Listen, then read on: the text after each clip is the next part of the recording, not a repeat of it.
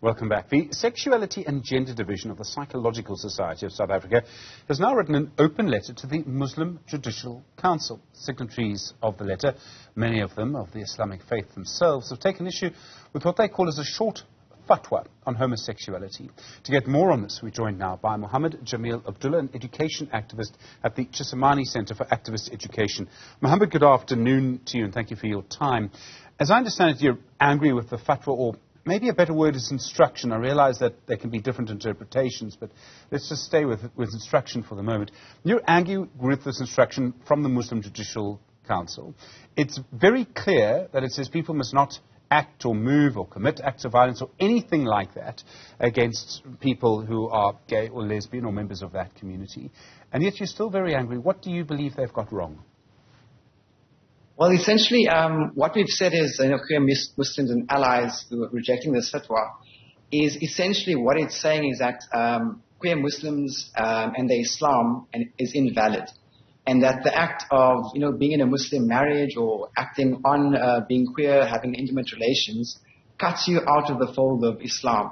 And if you take into the context that in classical texts, excommunication from Islam, choosing to leave the fold of Islam, has been punishable by death. This is quite a strong statement, and we also believe it's unconstitutional. It harms queer people, not just in the Muslim community, but also queer people in general, by kind of tacitly engaging with the idea that being queer, being part of the LGBTQIA+ community is a sin. So you believe you can be a member of that community and a Muslim? The two are not incompatible in your view? No, they're not incompatible. They're not incompatible at all. In fact, queer people have existed since the beginning of Islam. And the kind of scripture that is quoted and is used by these clerics from MJC and others is taken out of context. It's read without any type of historical meaning as to what was been spoken to and what was spoken about. And it's informed by a general and institutional homophobia, queerphobia. I'm not an expert or a theologian or an expert on issues relating to the LGBTQI community, but I would imagine the response to you, if the Muslim Judicial Council were here, is they would probably say that this is their interpretation. They would, I imagine, quote the Quran. You and they seem to have very different interpretations of the same text. Yes, I mean, that's the thing with Scripture, right? It's not just about what you find in the Quran. It's a present form in most Scripture texts. The texts are quite old. They're from centuries ago. And so the ones who are interpreting it, this one, obviously the texts are all in Arabic, need to have an understanding of the context in which certain verses were spoken to and the context in which they were said. And so interpretations do differ. But if we understand the context of what the major verses that people use to kind of quote homosexuality as being a sin are, we see that those texts, those verses, speak to crimes. They speak to rape. They speak to molestation, and those have been interpreted over the centuries as being related to homosexuality. And there's obviously quite a big difference between two consenting adults who love each other versus obviously, human rights violations, obviously immoral crimes of rape, molestation, and assault, essentially. But I suppose the bigger issue for me here is that, we also live in a constitutional democracy, and we have rights which protect religious freedom. They also protect against discrimination. And if you are saying, for example, that if you are in a queer marriage and you are not allowed to be considered a Muslim, that is a violation of our human right, our rights to freedom of religion, and is also discrimination based off of either sexuality or the gender, for that matter. I'm going to come back to the constitutional issue that you raised in a moment, but I do want to just point out that many other religions have battled with this issue as well. There have been huge divisions in the Christian church around this. Some Christian groups still refuse to accept members of the LGBTQI+ community. There's even one political party, which is in Parliament right now, which says that gay marriage is wrong. No, that's of course the case, but at the same time, you do have denominations in Christianity, Judaism, across the sects which have space, and they have an acceptance of these communities as being part and parcel of society. Whereas here, specifically within the Muslim community in South Africa, and I mean it's the case abroad in many spaces as well, you see widespread intolerance, assaults. I mean, there was a case, I think, a couple of years back of the open mosque, which was accepting of queer individuals as being part of the congregants, where a car was driven into the mosque. That kind of treatment is kind of what we see as a norm within many spaces in the Muslim community. And so the context of this fatwa is not just a small aspect of what we're saying is the problem. The fatwa is one example of a context of intolerance, of queerphobia and homophobia, which is met onto Muslim people, queer people in general. If you hear some of the stories, for example, I mean, I know so many of them, but there's somebody who I know in particular who is a devout Muslim and had struggled with this issue for a long time. They realized that they were queer. And they practiced what some Muslim, what the fatwa says and what some other religions say, which is suppression. You need to suppress this or go for conversion therapy. And, you know, it led to such severe depression, self-harm, suicidal ideation, attempts at some point as well.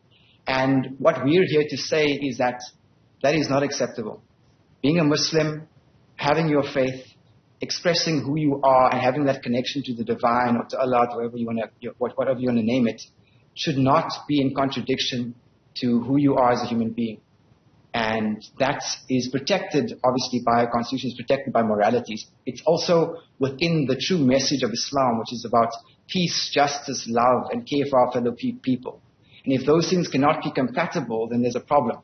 And this is I'm quite anxious speaking here today because I'm aware of potential backlash.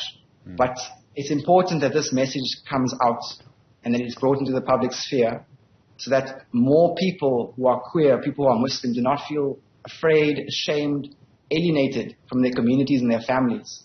The conversation needs to start somewhere, and I'm also just happy to be part of this because of that. It's a very complex issue. You raise the Constitution, and I accept what you say largely. I don't know if that's sort of the argument to make, because what you probably really want is the people that you believe are intolerant. You want to change their minds. I don't know how you do that, because in the end, I suspect it's going to come to an interpretation of very old texts. And people have strongly held beliefs that can be difficult to change on this issue. And yet our society has changed dramatically in the last 20 years, I'd say. It has. It is that. I mean, it's not a short-term struggle. I'm an activist, so I know struggles take place over a long time, and the struggles particularly of queer people have been waged even outside of the religious spaces for centuries now. Discrimination is not a new thing. But what we are saying is that this conversation, this kind of move, is important. And one of the protections, I think that's the thing, with the use of the Constitution, the thing is that it protects people from certain things. It's not the thing you want to go to first, but it is a protection. And that is important, specifically in the context of, violence, in the context of being ostracized, in the context where freedoms need to be protected. And so there are people active now in Cape Town, across the world, who are having these conversations. The MJC, Muslim Judicial Council, is in conversation with some groups who've been having this conversation for a long time. The MJC is actually probably one of the more progressive judicial councils in South Africa. The other ones are even more intolerant and probably, they're another whole kettle of fish, like you would probably find in different denominations of Christianity or Judaism. But we do want to talk about this, and I mean, the important part, I think, for me, as I mentioned before, is just to kind of begin expressing this, that queer people and queer Muslims exist, and that they are part of the community and they should be accepted as part of the community. And we can have the theological discussions, we can have the interpretation discussions, those will happen. There are scholars who are doing that work right now. And we draw from those scholars. I'm not a Islamic jurist myself. I'm not a theologian, but I have read some of those books. I have read some of their interpretations. And the scholarship is quite compelling.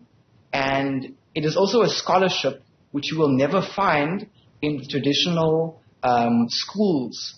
We call them schools, where a lot of these Islamic clerics actually go to get their education. I would go as far as to say that the people who go through these processes, these clerics who make these fatwas, they've been through a process where they were not able to challenge any of these interpretations. Some of them are so heavily bound in norms and orthodoxy that even the beginning of questioning them is liable to get you excluded, maybe worse in certain countries. And so if that space is not available in those institutions, where must that space be found? We have to create space for that. And these institutions, even if they're unwilling to have it and host it themselves, we must begin to initiate that from our side. And I mean, this is a humble attempt towards that as a beginning. Mohammed, thank you. Mohammed Jameel Abdulla is at the Tshisimane Center for Activist Education.